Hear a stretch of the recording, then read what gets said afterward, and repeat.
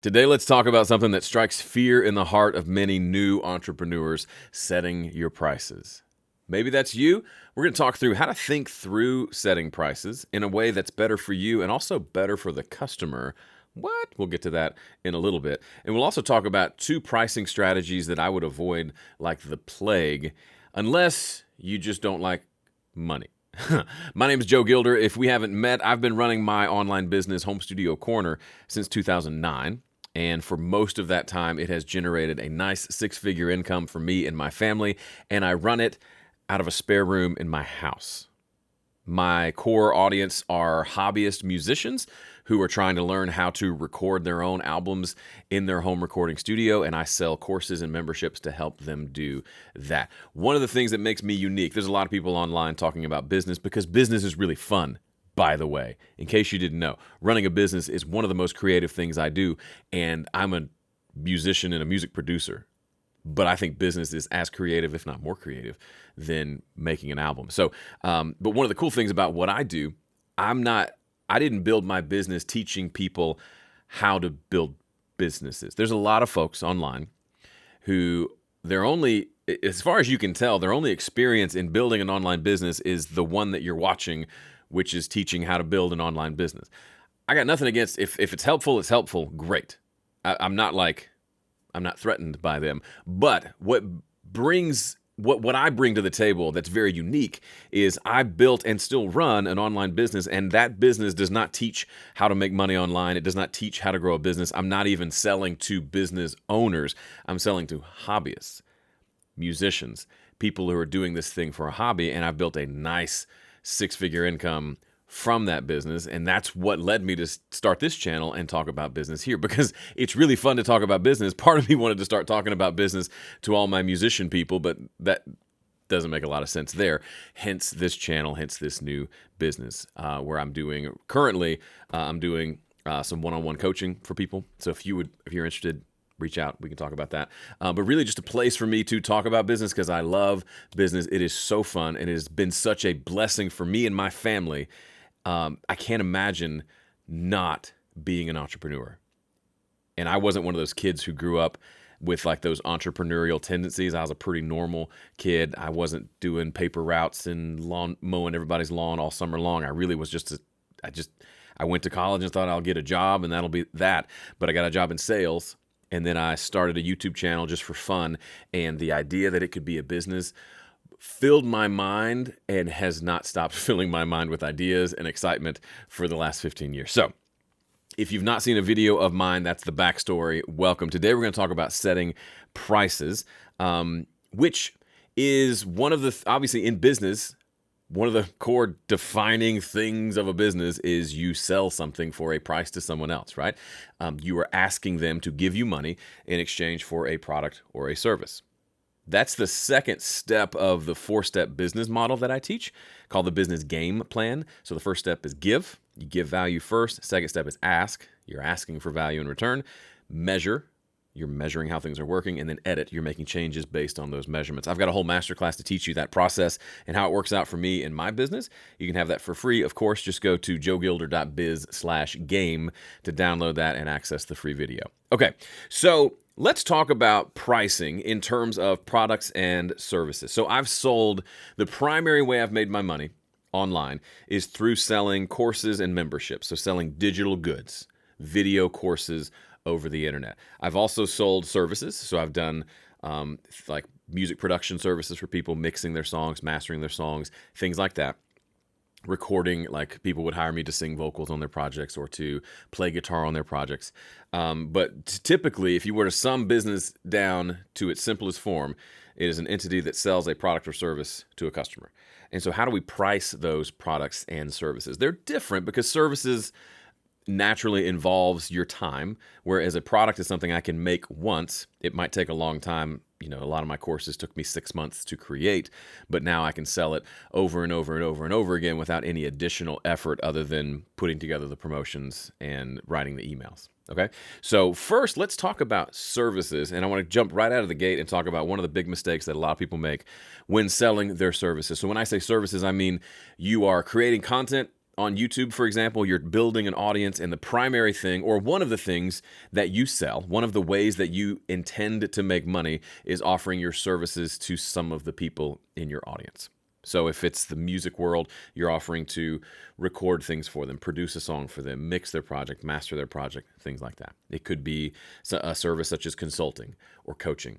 It could be any number of things, but your graphic design, things like that. So it could be obviously whatever the craft is that you do. Perhaps one of your sources of revenue, one of your income streams, is to sell your services. That's a very common starting point for a lot of people who want to start an online business. They're really thinking in terms of, I want to be a freelancer.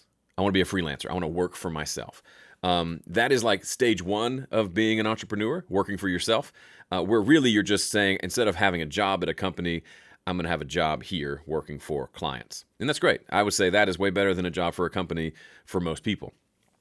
What I love about entrepreneurship is when you can move even past that as being your primary income source. So where I can create a course and I could set up a system to sell that course all year while I go ride a boat somewhere. I'm not going to do that, but you get the idea. But if I sell a service, I've got to now deliver that service. So there's a built-in limit to how much I can sell because there's only so much of my time available. It's a great revenue stream. It's a great way to get started in business, but I would encourage you to always be thinking in terms of, that's great, but what are some things that I can add to my current offerings that are more scalable, right? You hire me to spend an afternoon mixing your song. That's great. Hopefully I can charge a good price for that, but then maybe I can create some stuff in the morning that I can sell in the afternoon that sells on its own while I'm working on your project. Does that make sense? Okay. So thinking about services, one of the biggest mistakes people make when it comes to services is they charge an hourly rate. It's just, we're kind of conditioned to think in terms of hourly rates. When you're a kid, you get a job. What's the job pay? $6 an hour. Cool, let's do it, right? Everything entry-level job-wise typically is an hourly rate. That's fine if I'm going to hire someone to mow my yard. If they want to come in and say, well, if I want to say I'll pay you, so actually I don't even do that. Never mind. I don't like hourly rates in almost anything that I do in life. So what's the alternative to an hourly rate? I highly recommend doing a project rate. So for example, if I'm going to mow yards, I'm not going to go up to someone and say, hey, I'll mow your yard for $20 an hour. Because what happens when I'm charging $20 an hour? Let's say I get really efficient and I can finish that yard in 30 minutes. If I told them $20 an hour, now I got to charge them $10. I make half the money for being twice as efficient, right?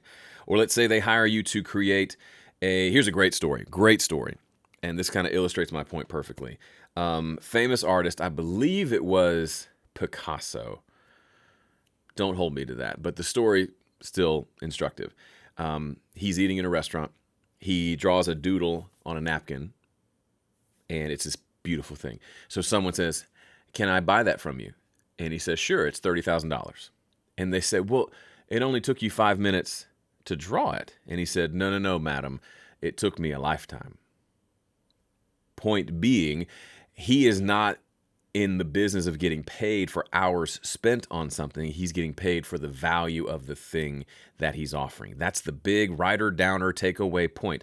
You want to charge what your service is worth, not how much time you spend doing it. Case in point, let's say you hire me to fix your business. And let's say I can fix your business. After you give me like a 10-minute overview, I can give you one suggestion that will completely transform and fix your business. And let's say I wanted to charge you for that suggestion. Would it be worth it? Let's say your business is making $500 a month and my suggestion will make it $1,000 a month or $5,000 a month or $50,000 a month, whatever. Would that be worth something to you? Yes. What would that be worth? Well, it only takes me about 20 seconds to say the thing. So should I charge you some sort of hourly rate divided by how many seconds are in an hour and then you pay me? No. You want to pay me for the value of the information I'm giving you, whether that's a whole bunch of information or a little bit of information. It's a weird example, but if you think about, people don't really care. Let's say you want to sell courses. They don't care how long the course is. A lot of people start there. They say, oh, it's 15 hours worth of content. That's great in the sense of you're letting them know it's it's involved. It's not like a 2-minute thing. And so in one sense, that seems valuable. But in another sense, let's say I've got a big problem and you can solve it in an hour, but you go and take 30 hours to solve it. Have you given me 30 times the value? No, you've really taken the value and divided it by 30. I would rather pay more to get the solution in an hour than pay less to get the solution over 30 hours. Does that make sense? So we've got to switch the way that you think about value and what you're doing, what you're offering, and what it's worth. Your time, while on the flip side, your time is valuable, the customer does not care. Customer does not care about your time. They care about what's in it for them. So with that in mind, don't charge by the hour, because no matter what rate you give them, you are punishing yourself for being good at your job, right? If I charge $2,000 an hour to mix your song, and it takes me, at first it used to take me 4 hours to mix your song, and now it only takes me 30 minutes. I've just cut my rate by 8. That sucks. I make $500 instead of $8,000. Now, $2,000 an hour, that's a lot for mixing, but you get the idea. I'm being punished for being faster. It should be the other way around. If I'm getting good results and I'm able to get that quickly, that means I am an expert in this thing. I ought to be paid more for my time, not less. And the way that I can determine that is by giving people prices based on the project, not based on the hour. So if you were to hire me to do a specific task like mix a song, I would say, okay, that's $500, not $50 an hour or $100 an hour. That way I'm incentivized to work quickly, to work effectively, but I'm not shortchanged if I'm able to get the result faster. In fact, I'm rewarded for being more efficient. Now, how do you arrive at that particular price? I would say you use your kind of desired hourly rate to help you figure out your pricing, but you don't actually price it by the hour. What do I mean? Let's say you've got a job and you make $50,000 a year. That comes out to roughly $25 an hour, roughly. So let's say you want to replace your income. Then any project that you take needs to be worth at least, probably more, than $25 an hour. So if someone wants to hire you to do a logo for them, and it typically takes you 4 hours to do a logo, then you would charge them at least $100. That is 4 of your hours at $25 an hour. That's kind of the basic math of it. But even then, when I think about a logo, for example, if someone wants a logo, a couple of things are true. One, they're probably a business. Two, they probably have a decent amount of revenue, or at least they have a lot of money because they are a business. 3, a great logo goes a long way towards a company's brand and success. So 4, you could probably charge a heck of a lot more than $100 for that logo, right? So in thinking through setting your prices, yeah, there's the one way is to think through it in terms of your hourly rate that you want to do, how long you think it'll take you to do the project. Do that times your desired hourly rate, and that's your project rate. But then there's also the idea of what is the final result worth to the customer? If it's worth a lot more than $100, you should be charging a lot more than $100. Does that make sense? Okay, the other big factor if you're doing services for people, and I see this all the time, and it breaks my heart, and it makes me frustrated because it doesn't have to be this way. Charge upfront for your services. If you're going to do a service for someone, say, okay, cool, you need that logo. It'll be $1,200. Here's the link to go pay.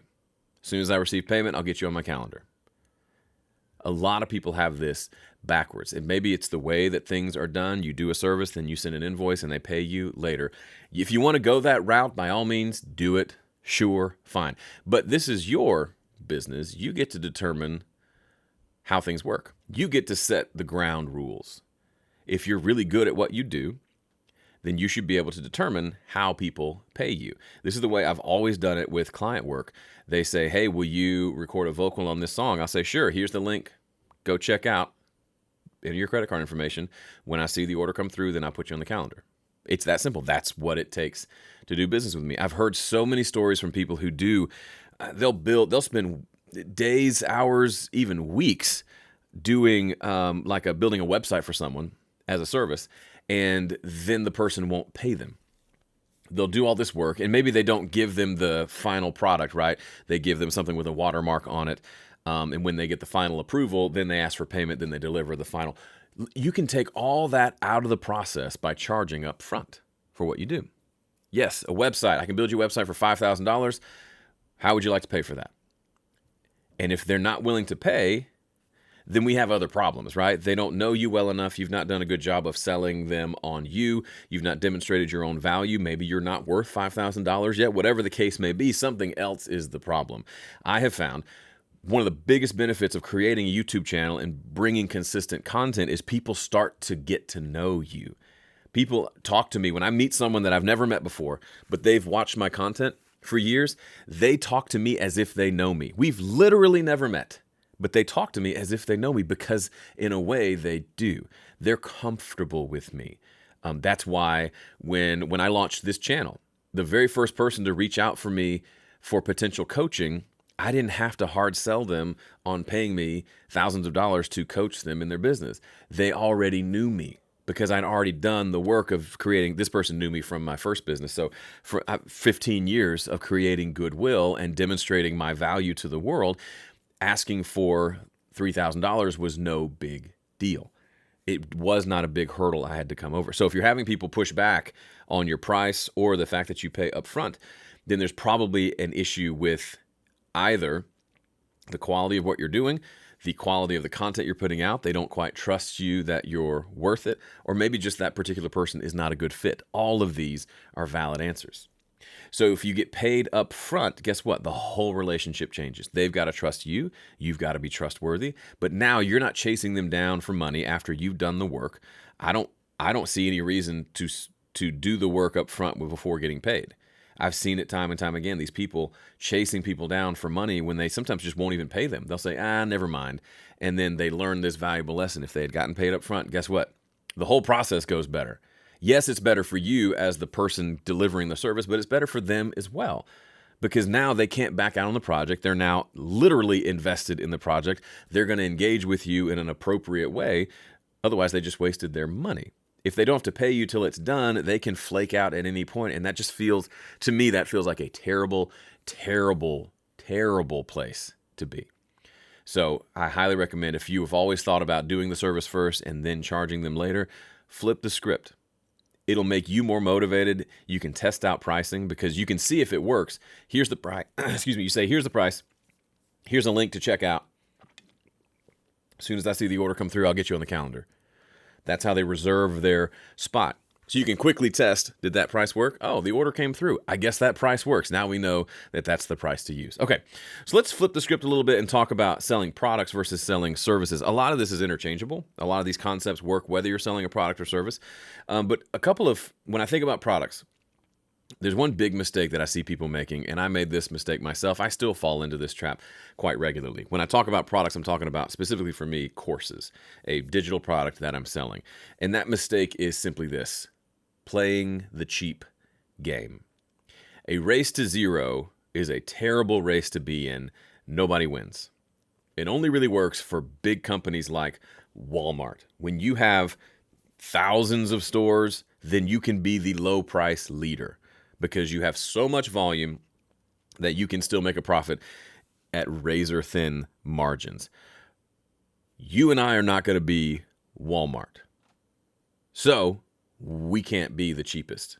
Being the cheapest, unless you're a Walmart, being the cheapest hurts you. Obviously, it means you make less money, but it also positions you as cheap.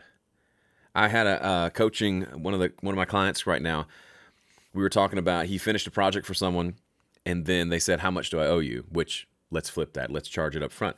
And I want to say he offered a price that was maybe like $100, couple $100.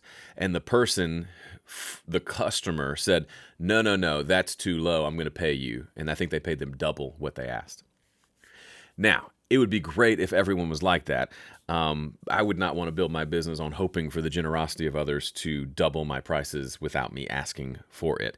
But this customer understood the value of what was being delivered. The person who does not understand the value is the person delivering the value. That is oftentimes the case, and it's completely understandable, but you've got to really change the way you think about what you're doing. If there are 10 people in the room offering to mix your song, and one of them most of them charge in the hundreds of dollars, maybe even thousands of dollars, and then one person charges $40, guess who I'm not hiring? The one who charges $40. Why? Because my assumption is he must not be worth it. He must be only worth $40. Otherwise, why would he charge such a low price? And the business owner in me would say that person doesn't have the confidence to even charge what they're worth. How can they be very good at making mixes? And that person might, that person might be incredible. That person might be the best person to make this mix sound amazing. But because he's charging $40, I will never hire him because I don't trust it. I don't trust that he's any good. So having the lowest price makes you seem less valuable, which means the opposite is true. Having higher prices makes you seem more valuable. I've seen this. I heard a story where talking about, it was a book I read about memberships, and it talked about the guy named Robert Scrobe. The book is called Retention Point. If you do memberships, it's a great book. And he talked about how they noticed when they had people join a membership, if they offered them an upsell for an expensive course. So let's say the membership was $100 a month, but they offered an upsell for a $2,000 course. Even if they did not buy the course, just simply seeing that there was a $2,000 course available made them more likely to stick with the membership. In other words, simply seeing expensive offers helped with retention, helped them stay with what they already bought. Because retention is the name of the game with subscriptions. You want people to join. That's like acquisition. That's the sale. But then really where the money is in keeping them paying month to month. That's a big challenge that everyone who runs a membership is focused on a lot. And this interesting data point showed that whether they bought the upsell or not was irrelevant because it helped them decide to stick with their membership more. Why is that? Because now they're seeing, man, I'm paying $100 here. That thing's $2,000. I can't afford that. It's not worth it to me. I'm not ready for that, whatever the case may be. But then they say, but look at what I'm getting for $97. I thought it was expensive at first, but now I see that I could have spent $2,000 for that other thing that looks cool, and maybe that's an aspirational purchase, but for now, I got this thing for $97 a month. What a steal. Imagine it's a whole different, when that next month rolls around and they see that $97 charge go through, what's going through their heads? Do I really need this? Or, whew, what a deal. That's where you want your customers to be. And one of the ways you can do that is by having higher prices or by having a highest price and then having other stuff that's lower priced, but still not the cheapest that you can make it. It gives them the perception that you are valuable, and you are. This isn't like, we're not making things up. I'm assuming with everything I talk about on this channel, I'm assuming that you are offering actual value. If you're not offering actual value, if your stuff doesn't work, if your results aren't great, if your results for your clients and customers aren't great, then of course that's where you've got to focus. But assuming that's in place, that you do good work, that your stuff, your courses work for your customers, it makes sense that you'd want to charge more. Is there a ceiling to what you can charge? Sure. But as my buddy Graham Cochran says, price is made up. You can put any number on that you want. That may seem weird to you, but let yourself kind of simmer on that. Here's something you may not realize. Your product and service is a luxury. People don't need the kind of things that you and I sell, right? If I'm a musician that plays guitar for people, that's a luxury. No one actually needs, they're not going to die if I don't play guitar on their project, right? In the same way, if I sell a product or a course or a service or a membership, there's a good chance, unless that product is a pacemaker that keeps the person's heart beating, what I'm selling is a luxury. So unless what we're selling is a necessity, which most things that people sell are not necessities, then it is a luxury. Therefore, the price is pretty elastic. Think about how people spend money. Think about how you spend money. People will say, I can't charge more than this amount because I don't want to be too expensive. But then they'll go out and spend more than what they make in a year on a car. and make payments on that car, right? They make $50,000 a year and they go buy an $80,000 car. And they don't seem to think of that as being a luxury expense. They come back to their business and say, I can't charge more than $40 for this thing. Do you see the disconnect? In my world, I'm selling courses to people who have home recording studios. They will spend $4,000 or $5,000 on a single piece of equipment, like a mixing board or something like that. Guitars can go anywhere from a couple $100 to several $1,000s. We don't even think twice about that kind of expense. But then when it comes to selling our own stuff, we can get in our heads about, they're not going to be able to afford this. What if you charged more? That made it more desirable because they're into buying luxury things, and they, instead of buying that $1,000 guitar, they buy your $1,000 course. What if that was the situation?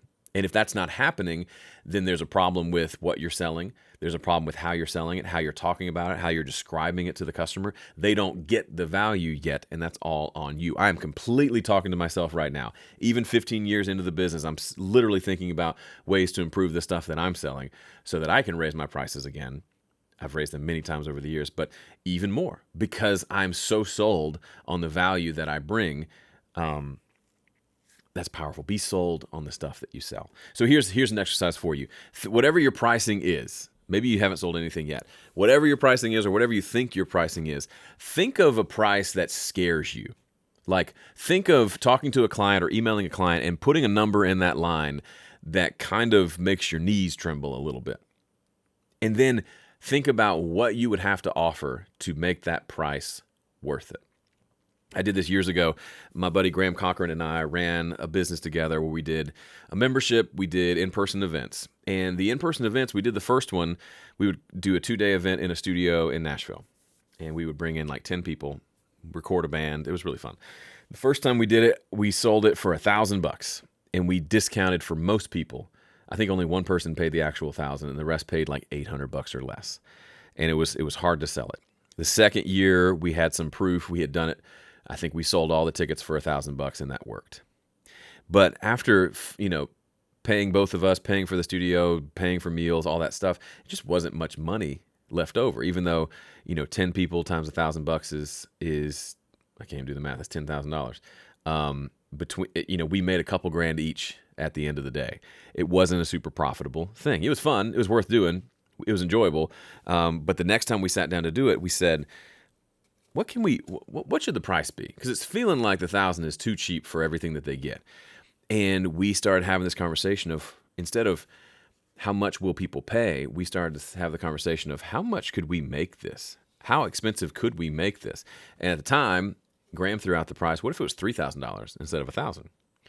And that at the time was a price that made my heart skip a beat because I thought I've never asked anyone for $3,000. $3,000, that's a lot of money.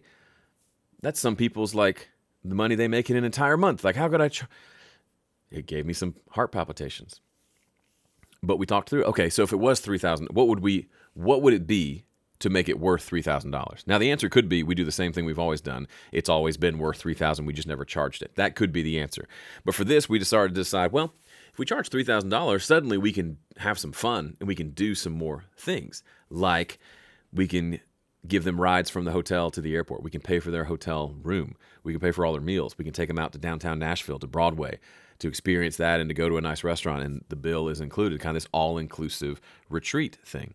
Now that I think about it, I realize, man, I think we could play twice as much because of all the stuff that we included, because we ended up making about 10 or 12 grand each. By the way, we sold out in 20 minutes. So even at tripling the price, it still sold out in 20 minutes. It was arguably more desirable for people. Made 30 grand in 20 minutes. And then we spent probably 8 to 10 grand on the event itself. So we each took home about 10 or 12. Even then, we realized, man, just price, like Graham said, price is made up. It's funny, after we sold out, we're like, well, it probably could have been 4,000 or 5,000 or 6,000 because people bought it. And we only needed 10 people to buy it. We didn't need our thousands of subscribers to come along and buy this thing. We just needed 10. So one thing to think about is, if you've got something that you offer, what's a high-ticket version of that you can offer that a small percentage of your audience would buy?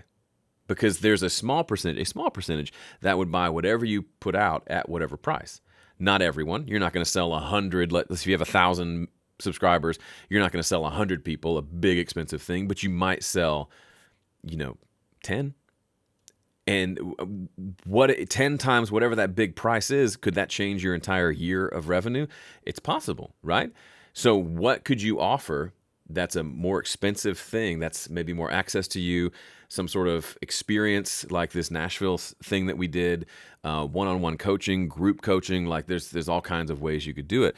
Some sort of like high-end experience, right? They get to come spend the day with you while you do the work for them and get input on it, whatever the thing is.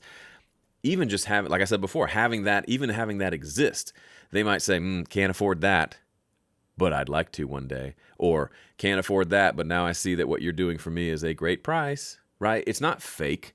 It's not manipulative. It's you coming to terms with charging what you're worth. All right, final thing I want to talk about. You need to become a better customer if you want to become better at selling things. This is going to sound self-serving for me to say to you, but I'm just speaking from my own experience. Starting at the beginning of this year, starting with this channel, Joe Gilder Biz, is a new business for me, with the goal of making this another business like Home Studio Corner, where I have courses, memberships, coaching, things like that. And so the first paid offering that I have is coaching, where I can coach you, or consulting, if you want to call it that, one-on-one. And that's the only thing I offer right now for this business. One of the things that's helped me wrap my head around charging more money for this coaching than I've ever charged for anything in my other business is becoming a better customer of coaching as well. So the most recent example of this, I spent $7,500 to go spend 3 days in Tampa with a couple of entrepreneurs at a mastermind. $7,500 plus airfare plus all that, to just go sit in some rooms with some entrepreneurs like me. And it was a wonderful, completely worthwhile experience. Why? Because I was challenged to change the way I think. I went into that. It's the kind of thing I went into that weekend thinking this number is a big number. Came out of that thinking this number is a big number, right? Went into it thinking, my business is doing about $300,000, $330,000 a year. Came out of it thinking there is no reason it can't be doing 7 figures and more. Now, it's not going to happen by just thinking it, right? Just thinking doesn't happen, but the being in that environment, putting my money down, meaning I'm going to get something out of this because I put the money, I am going to get value from this because I threw a bunch of money at it. That's a big piece of it, by the way. But then fully engaging with that, it was a very transformative experience.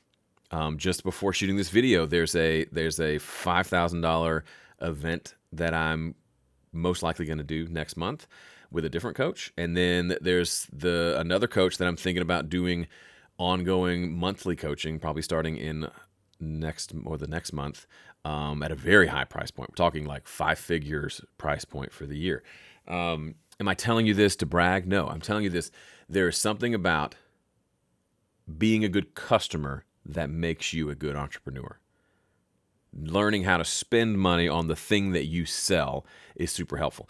If I sold cars, but I never actually bought a car from a dealer or from someone like me, that'd be a hard thing. It'd be hard to even empathize with the customer, much less make those sales, unless I had done that thing as well. So if you've never hired a coach, you've never bought an online course, it's going to be real hard for you to sell coaching or an online course to someone else. Not impossible. That's not true, but you will find your whole thinking process will go so much better if you get to experience it from both standpoints. I can experience it as the entrepreneur selling something, and I experience it as the customer buying something, and this one really impacts this one, and somewhat vice versa. So if I go spend some money that kind of scares me to spend, I have a much easier time imagining some of my customers spending some money that they're scared to spend with me. And my imagination starts to go to, well, what could that be? What could I offer that would be worth $5,000, $6,000, $8,000, $12,000 to my customers? Oh man, and boom, my brain just takes that question and runs with it. Right now, I kind of want to stop the video and run with an idea that just popped in my head about a $12,000 event that I could do for studio people. So the price is made up. Value is what people are paying for. They're not paying for your time. They're not paying for number of hours, number of minutes, number of pages. They're paying for the value that they get from it. And that value has an elasticity to it. The price point that they will put on that has an elasticity to it. I was just talking to this guy on the phone about his $5,000 event. And before he told me the price of the event, I assumed it was going to be 10 to 15,000. Just for some reason, that's just what I thought he was going to say. And I was getting myself ready to say, cool, I'm cool to spend that. When he said 5, I was like, oh, deal. Could you imagine that being true for you? Where you just say $5,000 without your face changing at all.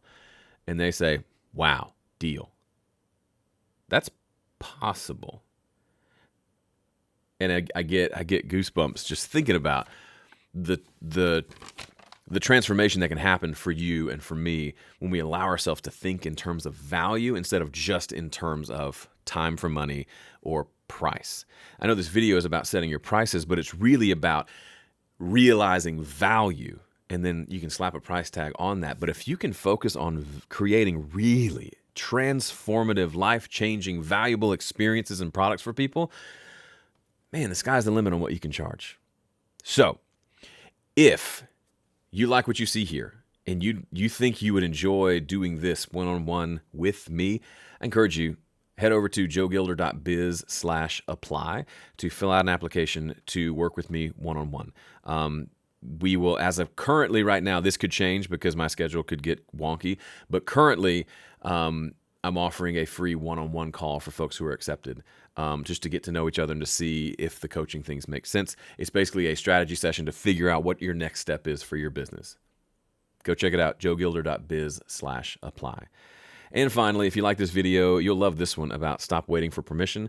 Probably one of those you need to watch a couple times a year just to kick your own self in the butt, if that were possible, to get you out there doing the thing that you've always wanted to do. Thanks for watching. I'll see you in the next one.